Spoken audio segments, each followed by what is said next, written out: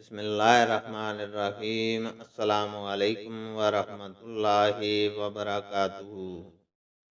حدیث نبوی صلی اللہ علیہ وسلم ہے، رسول اللہ صلی اللہ علیہ وسلم نے غسل جنابت کے لیے پانی رکھا، پھر آپ صلی اللہ علیہ وسلم نے پہلے 2 یا 3 مرتبہ اپنے دائیں ہاتھ سے بائیں ہاتھ پر پانی ڈالا، پھر شرمگاہ دھوئی، پھر ہاتھ کو زمین پر یا دیوار پر 2 یا 3 بار رگڑا، پھر کلی کی اور ناک میں پانی ڈالا اور اپنے چہرے اور بازوؤں کو دھویا، پھر سر پر پانی بہایا اور سارے بدن کا غسل کیا، پھر اپنی جگہ سے سرک کر پاؤں دھوئے۔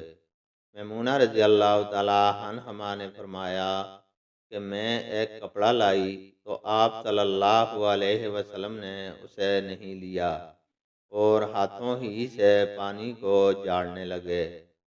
اللہ تعالیٰ سے دعا ہے کہ وہ ہمیں قرآن اور حدیث کو سننے، سمجھنے اور اس پر عمل کرنے کی توفیق عطا فرمائے، آمین۔